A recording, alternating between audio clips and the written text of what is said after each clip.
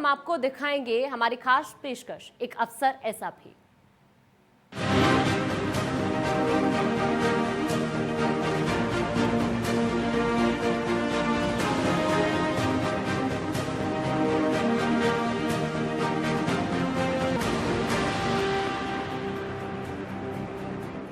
होनहार पिता के होनहार पुत्र असीम अरुण। असीम जी आजकल 112 में पोस्टेड हैं। बहुत सारे नए काम करने के लिए जाने जाते हैं, हमेशा कुछ नया करना चाहते हैं। असीम सर और मैडम, आपका इंडिया न्यूज़ में बहुत स्वागत है। सर मुझे ये बताइए कि इसमें कोविड चल रहा है और 112 से बहुत सारे लोग आपसे मदद मांगना चाहते हैं। मैं एक तो ये जानना चाहता हूँ कि कोई ऐसी घटना आपको याद हो जब कोई फ़ोन आपके पास आया हो, कोई परेशान हो और उसकी मदद 112 ने की हो, तो आप ज़रा दर्शकों को बताइए। ये जब लॉकडाउन की शुरुआत हुई तो शुरू के 4-5 दिन ऐसे रहे कि लॉकडाउन तो हुआ, लेकिन सरकार की और स्वयंसेवी संस्थाओं की व्यवस्था खाना, दवाई आदि पहुंचाने की बन रही थी जी। तो उस बीच में मुख्यमंत्री जी ने कहा कि क्या 112 की पीआरवीज इसको देख सकती हैं। तो हमने आकलन किया और हमने कहा सर ज़रूर हम लोग इसको देख लेंगे। और उसके बाद में इसका मुख्यमंत्री जी ने कई बार अनाउंसमेंट भी किया और अदरवाइज़ भी कहा गया। तो हमारे पास बहुत सारे कॉल आने लगे कि हमको खाने की ज़रूरत है, दवाई की ज़रूरत है। और उस समय कई कॉल ऐसे कुछ मन को विचलित करने वाले भी आए कि एक महिला, मुझे विशेषकर याद है, उन्होंने कहा कि मेरे पति बाहर हैं और मेरी उनसे फ़ोन से बात भी नहीं हो पा रही, मेरे 3 बच्चे हैं और हमारे घर पे खाने को कुछ भी नहीं है 2 दिन से, और पीछे बच्चों के रोने की आवाज़ भी आ रही थी। तो उस कॉल को सुन के मन बहुत ख़राब हुआ और जैसी व्यवस्था बनाई गई थी तो तुरंत पीआरवी भेजी गई और उनको खाना, बच्चों के लिए दूध, मिल्क फूड आदि ये सब चीज़ें दी गई। ऐसे कई सारे कॉल थे जो उस समय मन को ख़राब करते थे कि ऐसा हो पा दुख रहा देते है, थे वो कहीं ना दुख कहीं। दे रहे थे। लेकिन ये भी संतोष है कि हम उनके आधे लिए आप घंटे के कुछ अंदर उसको हल भी कर पा रहे थे। सर पूरे प्रदेश की चुनौती रही होगी, पूरे प्रदेश से कॉल्स आ रही होंगी, तो उसका कोऑर्डिनेशन भी बहुत कठिन काम है क्योंकि 24/7 लोगों को अपेक्षा रहती है कि 112 पे अगर हम कुछ अपनी बात कहते हैं तो वहाँ से हमें हेल्प ज़रूर मिलेगी। तो अगर हम आंकड़ों की संख्या में देखें तो कितने लोगों की, ऐसे लोगों की आप लोग मदद कर पाए हैं या आने वाले समय में, क्योंकि कोविड तो अभी फ़िलहाल चल रहा है, आपके मन में कोई नया आइडिया आया है या आप कुछ और नया करना चाहते हैं? पहले आकलन करें कि कितना काम हमारा बढ़ा या जी घटा। जी जी, एग्जैक्टली। जो हमारे पास फ़ोन आते हैं 112 पे, उस पे हम अपनी गाड़ी को भेजते हैं। तो लगभग 15 से 16 हज़ार इवेंट्स हम बोलते हैं जिन पे हमारी पीआरवी जाती थी। लॉकडाउन और कोविड की पीक जब थी तो ये 35,000 40,000 तक प्रतिदिन हम इवेंट्स हैंडल कर रहे थे, मतलब 3 गुना बहुत ज़्यादा बढ़ गया हमारा काम जी। लगभग हो गया था। तो कैसे पर कोऑर्डिनेशन अभी होता था? भी हमारा करीब 20-21 हज़ार है, मतलब जो 15 से 20, मतलब करीब 25% हायर पे हम काम कर रहे हैं। लेकिन कोई इसमें मुश्किल नहीं है क्योंकि हमारा सिस्टम बहुत मजबूत है। एक उसमें पहलू है फ़ोन सुनने का, दूसरा है गाड़ियों को भेज के रिस्पॉन्ड करने का। जो चुनौती आप देख रहे हैं हमारे मुख्यालय पे लगातार आ रही थी कि लोग पॉजिटिव हो जा रहे हैं, तो हमें बिल्डिंग को बंद करना पड़ा। पर अब हमने ऐसा विकल्प निकाल लिया है टेक्नोलॉजी से कि ऑफिस में हम बहुत ही कम लोग को बुलाते हैं। सभी संवाद अधिकारी और डिस्पैच ऑफिसर, उनके घर पे कंप्यूटर या एक टैब दे दिया है। और यूँ समझें 650 लोग हमारे यहाँ काम करते हैं, उनमें से 500 के पास हम टैब और कंप्यूटर पहुँचा चुके हैं और वो ट्रेनिंग अपनी लगभग पूरी कर ली है। कुछ और करें, 2-3 दिन के अंदर हमारा 80% काम ऑफिस से ना होकर के घर से। तो मॉनिटरिंग कैसे होती है सर? मतलब जैसे अगर हम एक कॉल करते हैं 112 में, तो रिस्पांस टाइम कितना होता है उनका? जी, जब कोई नागरिक 112 पे कॉल करते हैं तो पूरे यूपी का अगर एवरेज देखें तो वो 10.5 मिनट का रिस्पांस टाइम हमारा आता है। मतलब कुछ शहरों में हम 5 मिनट 7 मिनट में पहुंच जाते हैं, गांव में 20-22 मिनट तक भी लगता है। तो भी बहुत ही अच्छा है 10.5 मिनट में। लेकिन अगर 30 मिनट के ऊपर हो जाता है तो हम ऑडिट करते हैं। मतलब 30 मिनट हमारा आउटसाइड लिमिट है कि इसके ऊपर हमारा नहीं जाना चाहिए। और पूरे दिन में देखें तो पूरे यूपी में ऐसे 10-12 कॉल हो जाते हैं, तो हम उसको ऑडिट करते हैं कि हमारे टेक्नोलॉजी की गलती है, व्यक्ति की गलती है, या बारिश हो रही थी, नहीं, फाटक बंद हो गया, कभी कभी नहीं मिलती है, कभी लोकेशन नहीं मिलती है।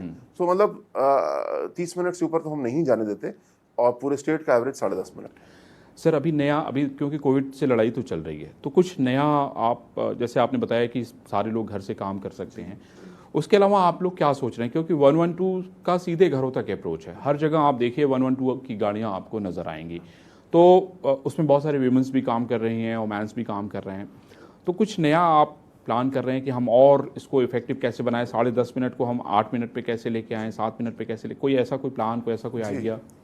इसमें एक बड़ा प्लान ये है अभी कि नागरिकों के लिए तो हम सेवा दे रहे हैं, फ़ोन करते हैं, आ जाते हैं, लेकिन जहाँ जहाँ पे प्राइवेट सिक्योरिटी कंपनीज ने अपना अलार्म लगा रखा है, अच्छा, जैसे बैंक, फैक्ट्री, वेयर हाउस, उसका अगर अलार्म बजता है तो पुलिस कैसे जल्दी से पहुंचे, ओके, इसका कोई पुख्ता प्रबंध अभी तक नहीं है। हाँ, हाँ, इसका उन्होंने प्रबंध बनाया है 112 लिंक के नाम से। ओके, सरकार के आदेश पे हमने 5 कंपनियों के साथ पायलट किया, पायलट पूरा हो गया और अब इसको हम पूरे बड़े पैमाने पे इसको लागू कर रहे हैं और जल्दी कोई इसका लॉन्च कार्यक्रम भी होगा। इसमें क्या होगा कि अगर अलार्म बजा लेट से एटीएम पे या बैंक पे, तो जो कंपनी है उनके पास अपने अलार्म रिसेप्शन सेंटर या कमांड सेंटर बने, वहाँ पे आएगा, वो चेक करेंगे कि ये ट्रू अलार्म है या फॉल्स अलार्म है। ओके, अगर ट्रू अलार्म है तो वो केवल कुछ अपने कंप्यूटर पे टाइप करेंगे क्योंकि हमने लिंक कर लिया है और सीधे हमारे पास उसका डिटेल आ जाएगा कि इस जगह पे अलार्म बजा। हमको 30 सेकंड लगेगा अपनी पीआरवी को बताने में, वो पीआरवी जो पहले से उस जगह को देख चुकी होगी, सर्वे कर चुकी होगी, तो with in 10 minutes of alarm हमारी गाड़ी वहाँ पे पहुँच जाएगी। अच्छा सर, मैं ये बताइए मुझे कि आपका नाम असीम क्यों रखा गया? मेरा नाम असीम मेरी माँ ने रखा। अच्छा, और मैं उपन्यास तो भूलूंगा कौन सा, कोई बांग्ला साहित्य का उपन्यास था। अच्छा, उसमें जो मुख्य किरदार थे उनका नाम असीम था, और असीम नहीं औशीम रहा होगा अगर हाँ, बांग्ला की बात करें। हाँ, तो जिस उम्र का मैं हूँ उस समय असीम नाम बहुत कम, हाँ वही मैंने यूपी में हाँ, होता अभी था। अभी भी बहुत सारे हाँ, अब फिर भी मिलते हैं, सुनने मिलते हैं। अच्छा सर, मुझे ये बताइए कि आपने कब से सोचना शुरू किया कि नहीं आपको सिविल सर्वेंट बनना है? जी, क्योंकि मेरे पिताजी आईपीएस अफसर थे और बहुत सफल और महान आईपीएस अफसर थे, तो घर पे जब इतने बड़े आदर्श हों तो जाहिर बात है कि बच्चे आकर्षित होंगे। लेकिन जब मैं कॉलेज गया तो उसके बाद मेरा आकर्षण मीडिया की तरफ बढ़ा। उस समय इलेक्ट्रॉनिक मीडिया एक्सपैंड कर रहा था। हाँ, एकदम शुरू 91 की बात होगी। जी। तो एक साल मुझे सौभाग्य मिला काम करने का, तो फिर मैंने अपना दोनों आकलन किए। फिर मैंने कहा नहीं, मेरी फर्स्ट चॉइस आईपीएस होगी और सेकंड चॉइस मीडिया होगी अगर आईपीएस में नहीं हो पाया तो फिर मन लगा के एग्ज़ाम दिया और फिर हो गया। तो आप आईएएस नहीं बनना चाहते थे? आपके मन में आईएएस नहीं, मैं चार्म नहीं था? नहीं, चार्म तो आईएएस का अलग है, लेकिन चार्म और से ज़्यादा महत्वपूर्ण है कि मेरे अंदर कौन सी क्षमताएं हैं और उस नौकरी को कौन सी क्षमताओं की ज़रूरत है। तो जो मेरी स्किल सेट है या जो मेरा मन करता था वो पुलिस से बहुत फिट होता था। मतलब आउटडोर वाला काम करना, चैलेंजेस देना, जो नई उम्र के लड़कों के शौक होते हैं, गाड़ियाँ, बंदूकें, वायरलेस सेट वगैरह। तो पुलिस की नौकरी लड़कों को बहुत पसंद आती है। जी ऑब्वियसली, क्योंकि जो सारे बचपन के खिलौने होते हैं उसी टाइप के रहते हैं, जीवन भर मिल जाते हैं। एग्जैक्टली। तो ये बताइए, पिताजी तो बड़े व्यस्त रहते होंगे, उनसे कभी किसी बात को लेके कभी डांट पड़ी हो या कभी उन्होंने बताया हो कि नहीं असीम ये काम ऐसे नहीं ऐसे करना है, या कोई ऐसा टर्निंग पॉइंट, क्योंकि आपकी शिक्षा दीक्षा लखनऊ में हुई है, आप यहीं से पढ़े, यहीं से बड़े हुए, फिर दिल्ली गए आप? डांट तो ज़्यादा पापा नहीं डांटते थे। पापा नाराज़ होते थे तो चुप हो जाते थे। अच्छा, मतलब रूट से जाते थे। हाँ, और वो हमारे तो कितने दिन कभी रूठे रहे आप किसी बात से नाराज होकर? हाँ, और ऐसी कौन सी बात थी? ऐसा कई दिन हो जाता था कि रूठ जाते थे, लेकिन फिर धीरे धीरे वो नॉर्मल भी आता था। और अच्छी बात ये थी कि वो टोकते थे, खूब टोकते थे कि नौकरी में आने से पहले जैसे पढ़ाई कर रहे हैं, समानता बच्चों को होता है, सुबह समय से नहीं उठे तो ऐसी बातों पर टोकाई होती थी।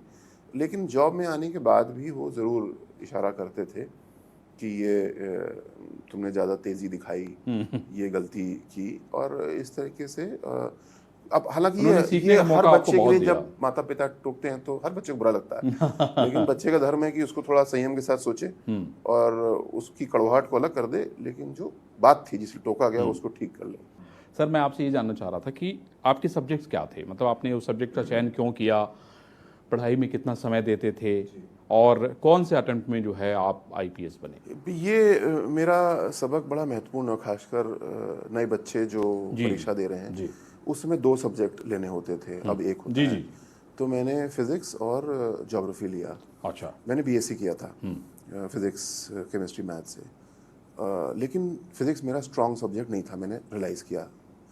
स्ट्रॉन्ग मतलब मेरी रुचि उसमें कम थी। ओके। मुझे ज्योग्राफी बहुत अच्छा लगता था, और क्योंकि सिविल सर्विसेज की पढ़ाई में इतना ज़्यादा पढ़ना पड़ता है बहुत ज़्यादा कि अगर आपकी रुचि नहीं है तो आप बीएससी की तरह की एक पेपर के लिए जबरदस्ती पढ़ लो, घोट लो, कर लो, ऐसा नहीं हो सकता। और मैंने धोखा खाया। फर्स्ट अटेम्प्ट में मेरे ज्योग्राफी और जीएस वीएस सब में बहुत अच्छे हो जाता, लेकिन फिजिक्स में बहुत ख़राब किया मैंने। तो मैंने तुरंत सबक लिया, मैंने फिजिक्स को ड्रॉप किया और सोशियोलॉजी लिया। फिर ज्योग्राफी कैसे? हाँ, ऑप्शन चुनने का तरीका जो मैंने अपनाया, और भी बच्चे अपना सकते हैं, कि सबसे पहले जो क्वेश्चन पेपर पिछले साल के थे, प्री के खासकर उसमें होते थे, उनको किया। तो मैंने जब सोशियोलॉजी किया तो मैंने देखा करीब इसमें 30% तो मैं बिना तैयारी के ही कर ले रहा हूँ। क्या बात है। इसका मतलब मेरा ठीक है, मानसिक रुझान, बेंट ऑफ माइंड मेरा इसकी प्रति है। तो फिर मैंने फिजिक्स को धन्यवाद बोला और सोशियोलॉजी में जुट गया फिर, और सेकंड अटेम्प्ट में हो गया। Great great.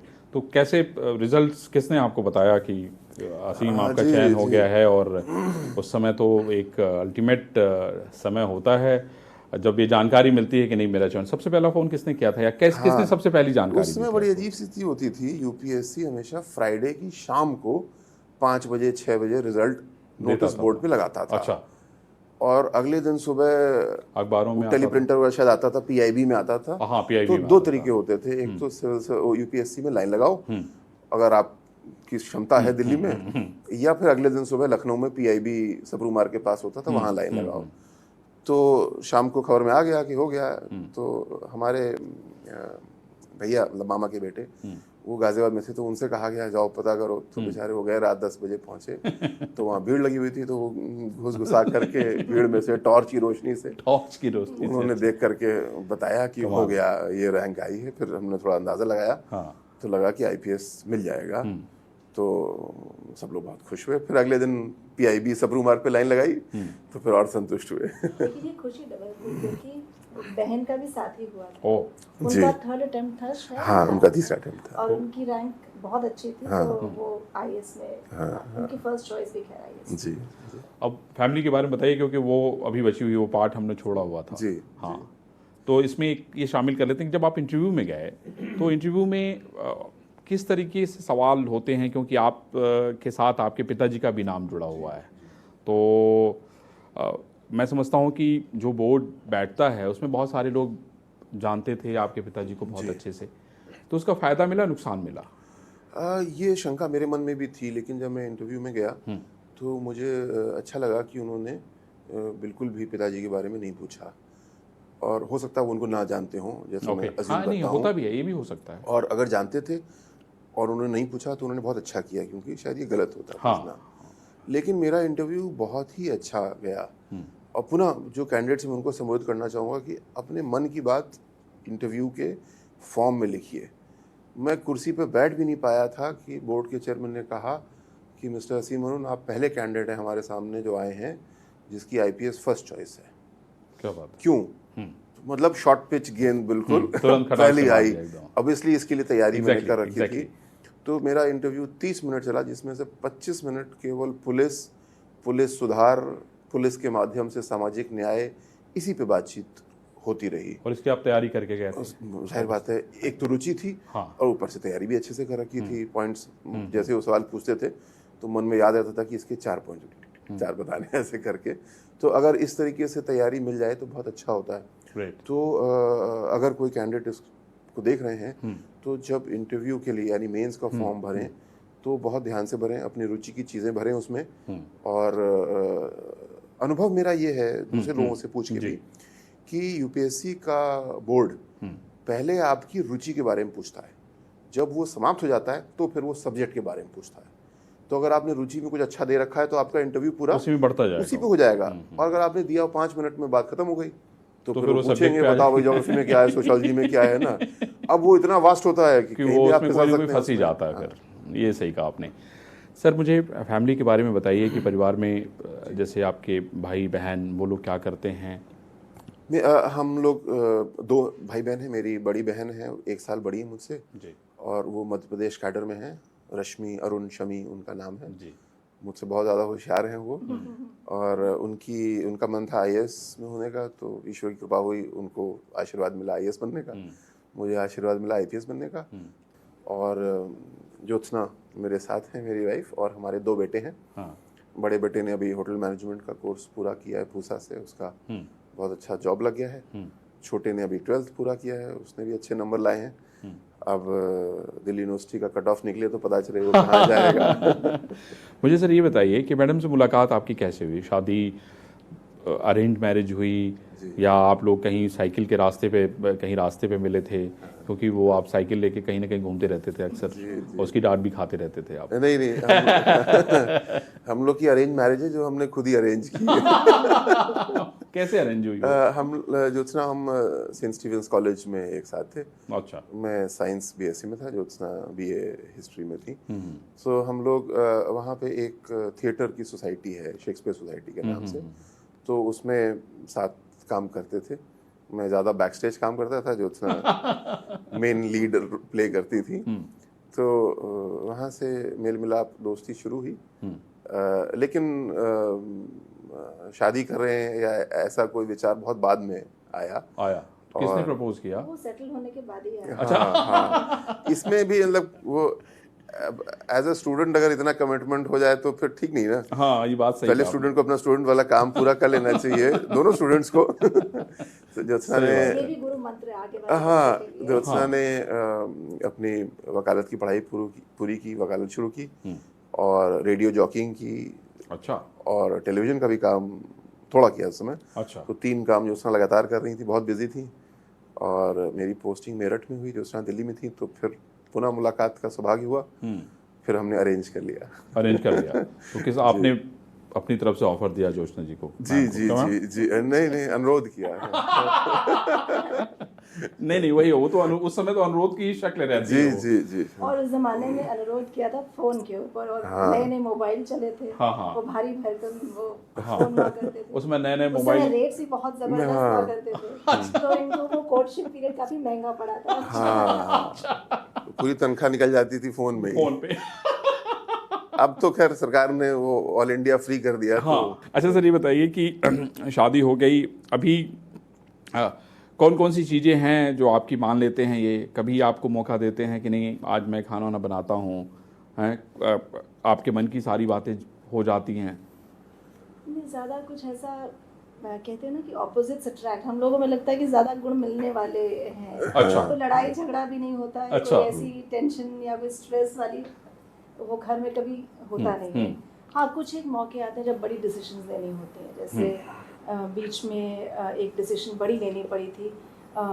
असीम को मन था कि बाहर जाएं और डिग्री लें एक और, क्योंकि ये मेरे मुकाबले थोड़ा कम पढ़े हैं। तो उनको लगा कि मैं भी पोस्ट ग्रेजुएट हो जाऊं। तो उस समय थोड़ा सा ये हुआ था, मुझे लगा नहीं यहाँ सब कुछ सेटल चल रहा है, बच्चों की पढ़ाई भी, स्कूल सब चल रहा है, तो ये कौन सा समय है अभी पोस्ट ग्रेजुएशन करने का। सही बात है। बट फिर हम लोगों ने प्रोज एंड कॉन्स सब जो है वे किए, तो फिर लगा कि नहीं, बेहतर होगा कि 1 साल का एक्सपीरियंस लेके आया जाए बाहर। सर, एक्सपीरियंस लेना और डिग्री लेना दोनों अलग अलग चीज़ है। तो डिग्री क्यों लेने का मन किया आपका? क्या पढ़ने का मन कर रहा था?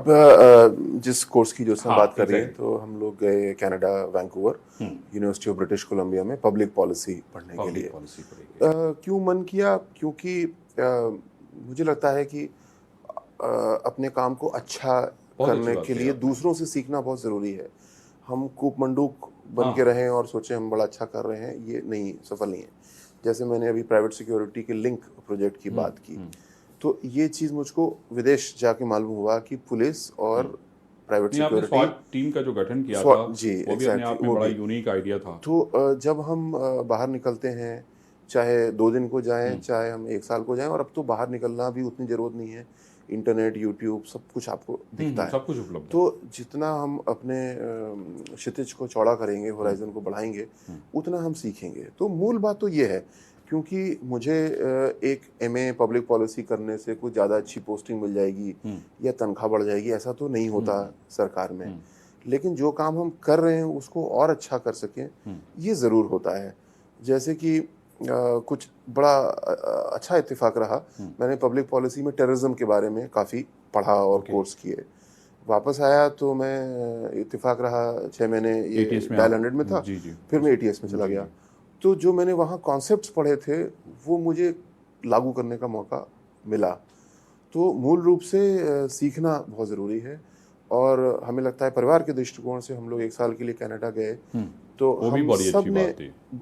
कोर्स के अलावा बहुत कुछ बहुत बड़ी सीखा। लर्निंग थी, और सिर्फ इनके लिए नहीं, इनकी तो सिर्फ डिग्री थी, वो एक्सपीरियंस हमारा परिवार का बहुत ज़बरदस्त, क्योंकि मैंने भी वहाँ काम किया। जी। तो जब वहाँ पे आप काम करते हैं, वहाँ के लोगों से इंटरेक्ट करते हैं, तब मालूम चलता है कि सोसाइटी कैसी है। सोसाइटी भी है, और आप अपने आप को कहाँ रख पाते हैं कहाँ रख पाते हैं, इंटरनेशनल जी, लेवल पे, बिल्कुल, तब बिल्कुल। वो अच्छा, समझ बच्चों में ने आता है। बहुत कुछ सीखा। बच्चों ने जैसे स्कूल में ही वहाँ के ट्रेडिशंस अलग हैं, बच्चों ने वहाँ पे बर्तन मांजने से लेके खाना बनाना सब सीखा। तो जो डिग्निटी ऑफ लेबर है वो हम सब ने सीखा। इक्वेलिटी का भाव आया, ये तो सबसे ज़्यादा equality जरूरी से है। ज़्यादा वहाँ की सोसाइटी में इंक्लूसिवनेस बहुत बहुत ज़बरदस्त बढ़िया, थी। बहुत कि बढ़िया। अगर एक पड़ोसी जो है वो जू है, तो एक सऊदी है, और हम हिंदुस्तानी हैं, ईरान, इराक, सारे हमारे- एक साथ हैं। सब एक साथ सब हैं। एक साथ बच्चों हैं। की क्लास में 25 स्टूडेंट्स थे हमारे बच्चे के। तो एक बार क्लास में टीचर ने कहा कि सब लोग अपनी अपनी भाषा में जो हेलो का इक्विवेलेंट है वो लिखिए। क्या बात है। तो वो 25 में से 19 भाषाएं थी दुनिया भर की। तो कोई मंगोलिया का है, कोई कहीं का है, कमाल है। और सबके लिए रिस्पेक्ट, और जो कि नेचुरली आता है, ये सीखा। और बहुत इसको हम बहुत अपने नहीं, लेकर एडमायर के करना आए। चाहिए। मैं समझता हूँ कि बहुत बड़ी चीज़ है अगर बच्चे इस बात को समझते हैं कि नहीं, हमारे साथ काम करने वाला भी मेरे बराबर है, तो ये बहुत बड़ी बात है। और ये बहुत बड़ा लेसन है ख़ास तौर पे अपने देश के लिए, मैं समझता हूँ, क्योंकि बहुत सारी चुनौतियों से हम लोग जूझ रहे हैं।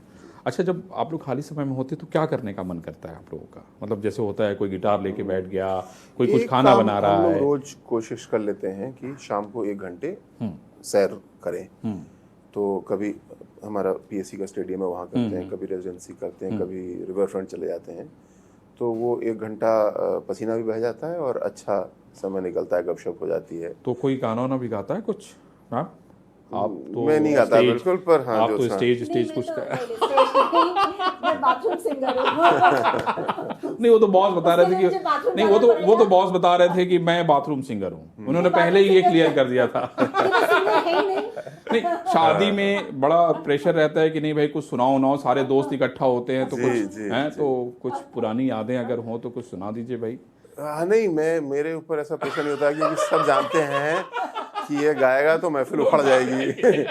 हाँ, ज्योत्सना महफिल बांध देती हैं। ओ, क्या बात है। जरूर, नहीं मैम, बिल्कुल। कुछ बताइए, मुझे बड़ा अच्छा लगा कि आपने जो बताया कि नहीं कुछ सुनाइए, क्योंकि आप स्टेज के आगे थी, ये तो स्टेज के पीछे थे। जी जी हाँ, तो इसलिए कुछ वहाँ भी एक्टिंग की, वहाँ पे गाया नहीं था। हाँ, तो कुछ लेकिन आप ये है कोई कि ऐसा आपको कुछ याद हो, यादगार बात, कोई यादगार चीज सुना दीजिए भाई, बहुत सारे लोग देखेंगे आपको। 2 लाइन सुना। हाँ, 2 लाइन सुनाइए। नयन डरे डरे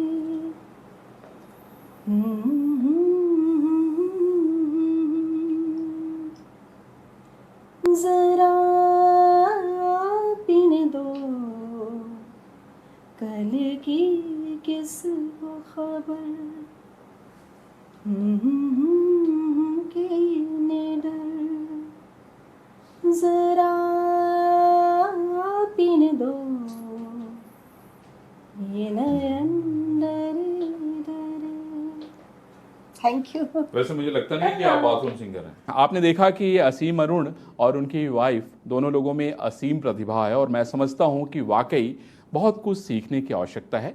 112 शानदार काम कर रहा है, बहुत सारे उसमें नए प्रयोग किए जा रहे हैं, और हम उम्मीद करेंगे कि भविष्य में भी ऐसे नए प्रयोग किए जाएंगे।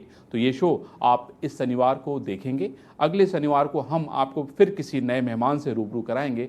तब तक आप लोग देखते रहिए इंडियन न्यूज़।